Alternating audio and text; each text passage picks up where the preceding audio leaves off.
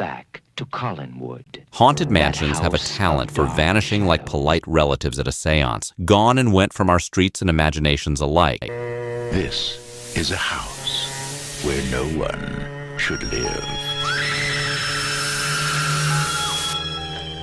The great Astor and Vanderbilt townhouses torn down for progress, pop culture specters such as the Overlook and Hill House burned into our nightmares. And even the Amityville place that keeps showing up in sequels. Yet through storms, renovations, and every conspiracy theory about cursed staircases, the Winchester Mystery House still stands today, a splendid, twitchy relic that refuses to be politely exorcised. But before we get into the magical Winchester Mystery House, be sure to subscribe to our channel. Your home's poltergeist will thank you. Now about seeing if Sarah Winchester buried any haunted treasure troves for my antique business. We'll keep building until they're quiet.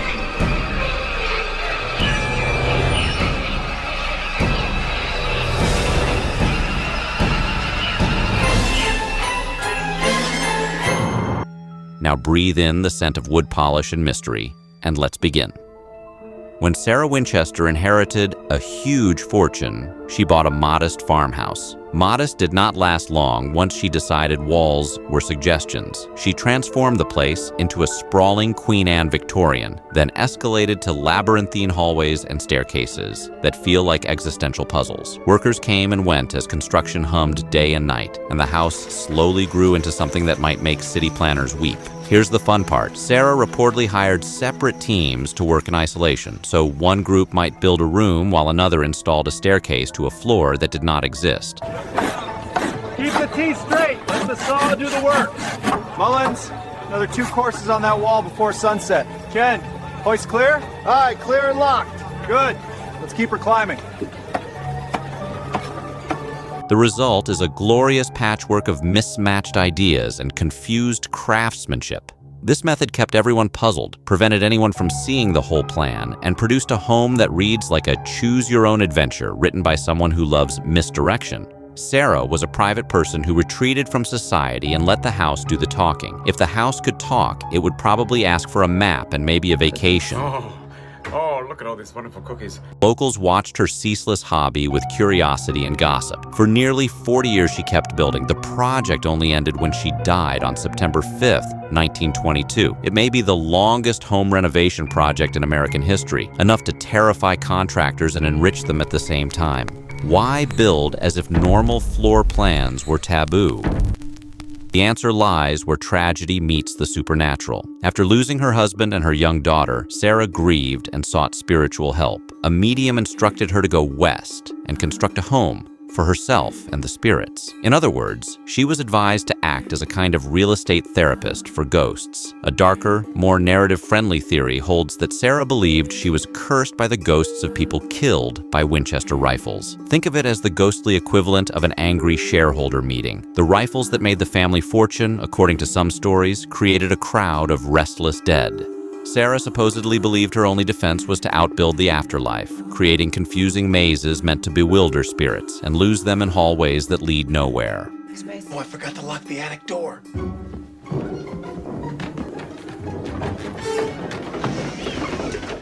Did you feel something? The house was once taller, reaching 7 stories at one point, until the 1906 earthquake intervened. After the quake damaged the upper floors, Sarah took it as more than a natural disaster. She saw it as a supernatural scolding. She shifted strategy from building up to building out, and the mansion expanded horizontally into a complex of rooms and passageways that feel like a rabbit warren built from redwood. People did more than gossip about the design. They reported strange phenomena. Workers told of cold spots that could chill a ghost's socks off, odd noises that made tools uneasy, and a night crew claimed to see an old woman standing in the shadows with a candle until she vanished at dawn. When asked, Sarah reportedly replied, "There's no old woman on this property," which could be denial, deadpan humor, or the single most perfect haunted house one-liner ever. The Winchester house is not all doom and gloom. It has a cast of characters that would make a soap opera jealous. Clyde, for example, is a ghost with a mustache, a cowboy hat, and a wheelbarrow. Reports describe him mowing spectral lawns and fixing things with a nearly visible smile.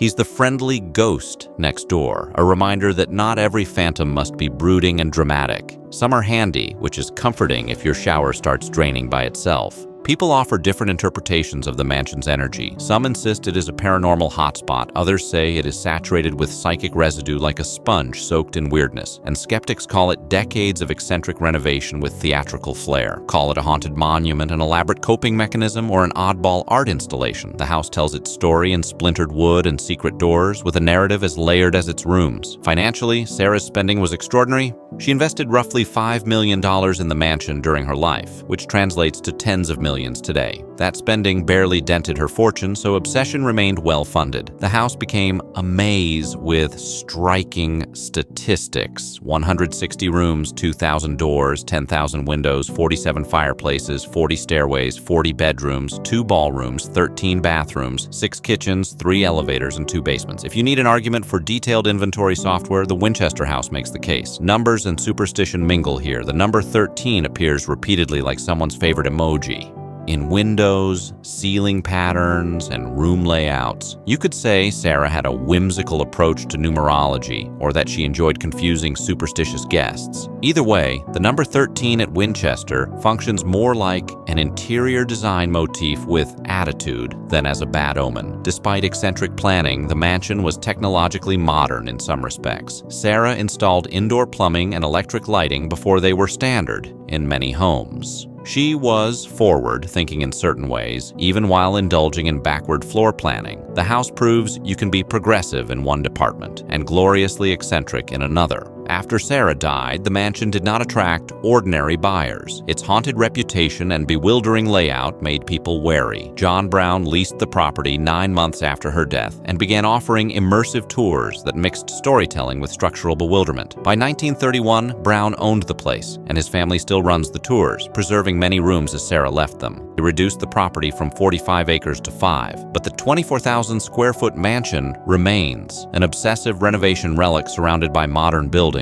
that regard it with polite confusion. The house has inspired pop culture because it practically begs for it. Films like the 2018 release Winchester, the House That Ghosts Built, starring Helen Mirren, and comics such as Dark Horse's House of Penance condense decades of nuance into a couple of hours or issues. Some adaptations emphasize the supernatural, others explore grief and psychology. They all return to the central image of Sarah endlessly building to expiate perceived sins, producing results that are entertaining if not always historically precise. Sarah's life was shaped by history and hardship. Her husband, William Wirt Winchester, died of pulmonary tuberculosis in 1881, and an earlier loss of her child added to her sorrow. Left with grief and a large inheritance, she sought answers from mediums, moved west, and bought the farmhouse that became her canvas. Whether you see her as a tragic figure, a haunted housekeeper, or an artist with a hammer, her impact on San Jose and American folklore is undeniable. Workers told many stories, not all spectral. Tools disappeared and reappeared, rooms felt inexplicably cold, and the old woman with the candle keeps reappearing in retellings. Some incidents can be explained by rumor and the natural eeriness of a labyrinthine construction site, but the accumulation of tales built the house's legend. Humans are adept at connecting dots when curiosity and intrigue are in the air. Sarah's will included clauses that would disinherit anyone who contested her wishes, suggesting she expected questions. After her death, some properties were sold and stripped, and some structures deemed nearly worthless due to damage. Yet the land retained value.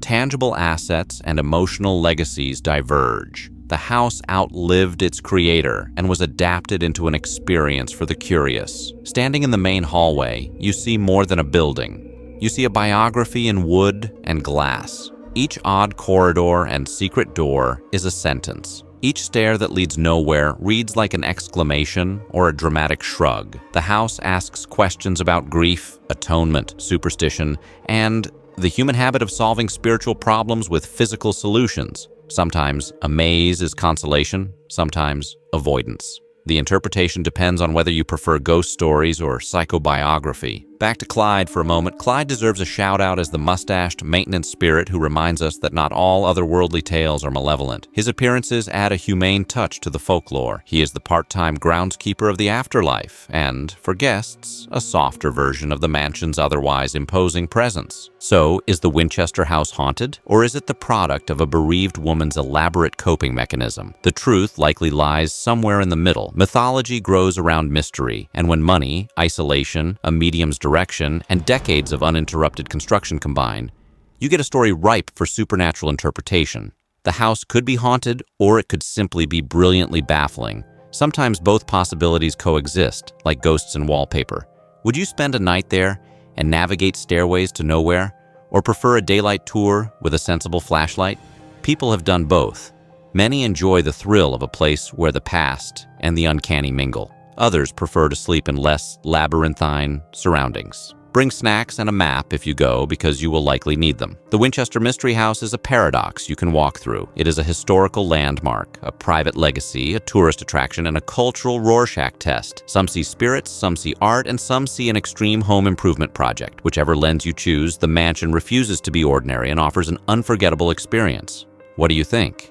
Are real phantoms at work with unfinished business, or is the house a physical manifestation of grief and obsession? Do you believe in Clyde, the cheerful ghost, or is he a comforting story people tell to humanize a confusing place? Share your thoughts in the comments, speculate, make jokes, and argue politely. And while you're at it, remember to subscribe to our channel. Keep exploring, keep asking questions, and never underestimate the power of a blueprint gone rogue.